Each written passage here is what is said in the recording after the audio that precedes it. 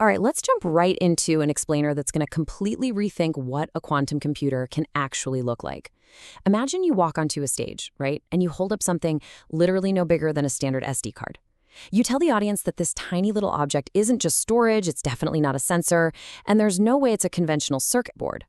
What it is an attempt to completely transform quantum computing from a massive, multi-million-dollar laboratory setup into a compact, room-temperature marvel.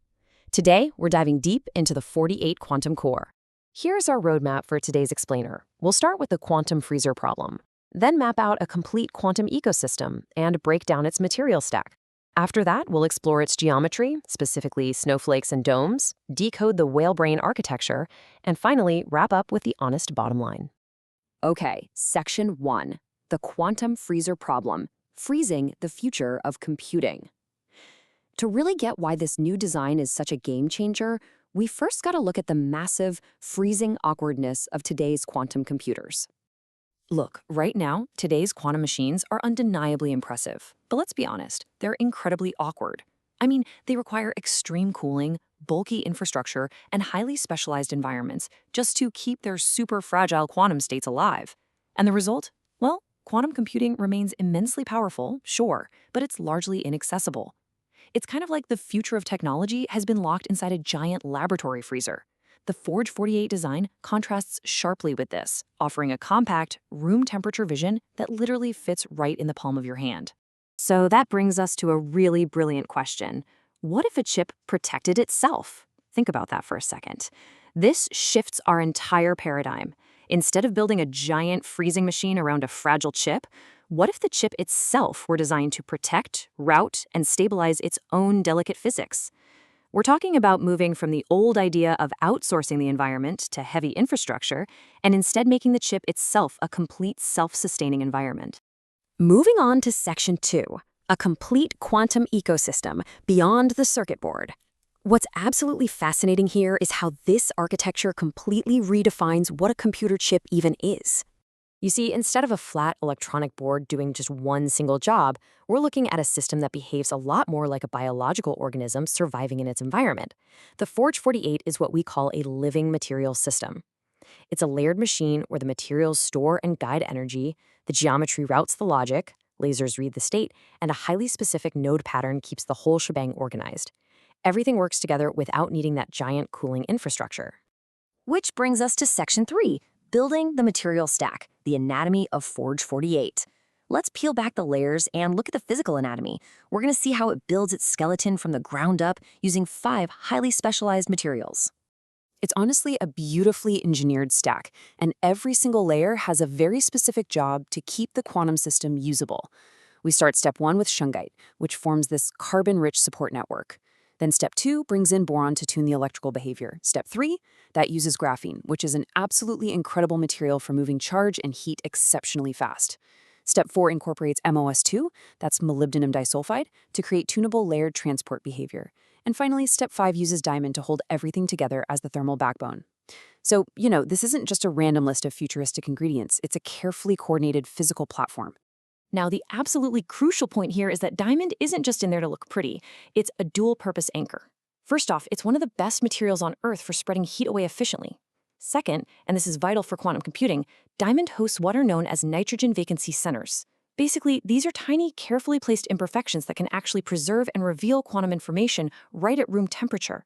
That means the chip uses diamond as both a protective heat shield and a readable quantum material. Talk about doing double duty.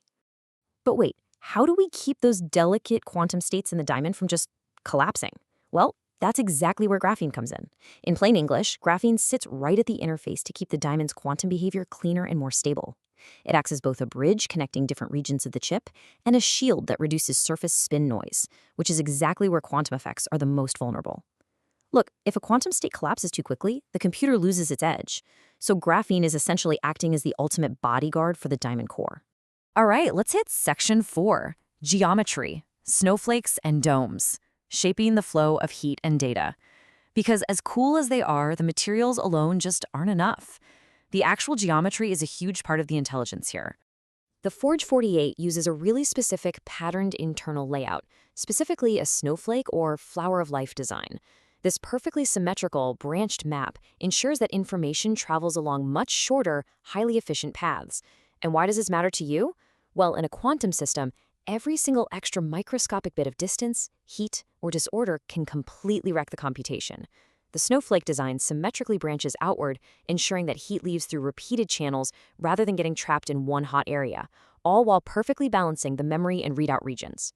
And sitting right on top of this snowflake pattern are these incredible diamond domes. You can think of these domes as the chip's survival caps. They definitely aren't just extra decorations. They are critical to the chip's entire survival system. They shield the delicate active quantum regions underneath from environmental interference. They help vent thermal energy away from the core.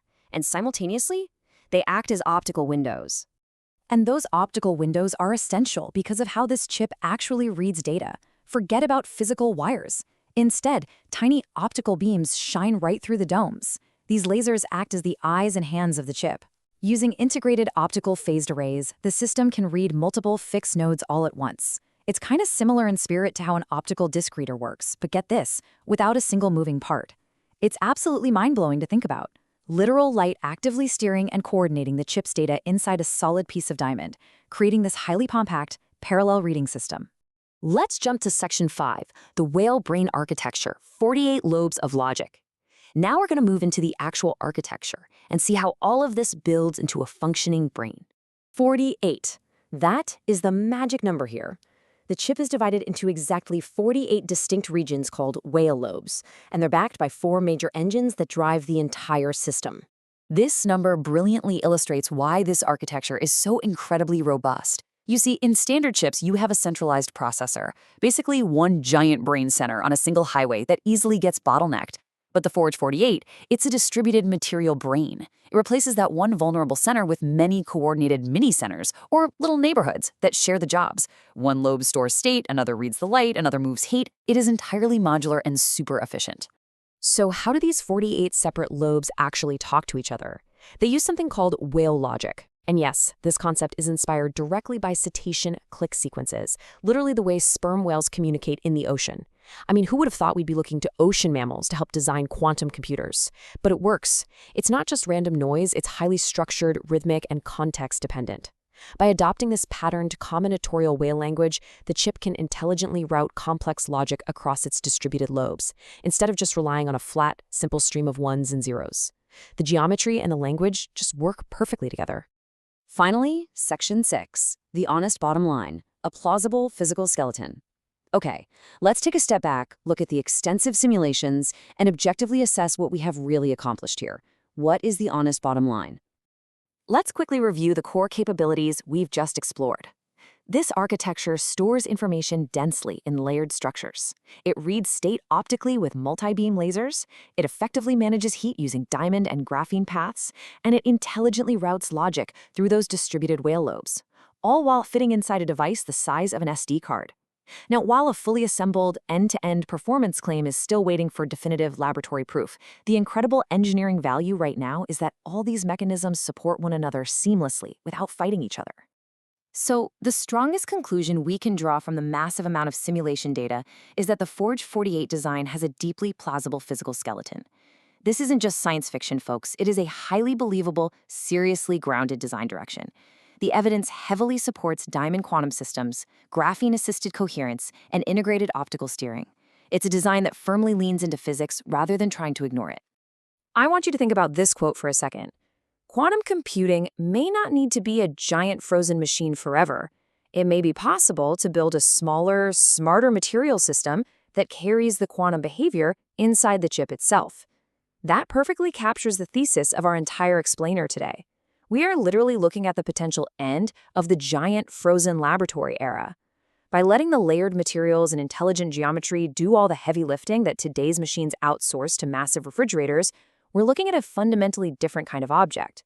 It's part computer, part optical reader, and part thermal structure. And honestly, that is the perfect note to end on, because if we can successfully transition from flat electronic boards to living material systems, what endless possibilities will this new architectural leap unlock for our technological future? I'm going to leave you with that thought to chew on, because a room temperature, self-sustaining quantum ecosystem the size of an SD card, well, that could completely rewrite everything we believe is computationally possible. Thanks for joining me on this explainer, and keep questioning the limits of technology.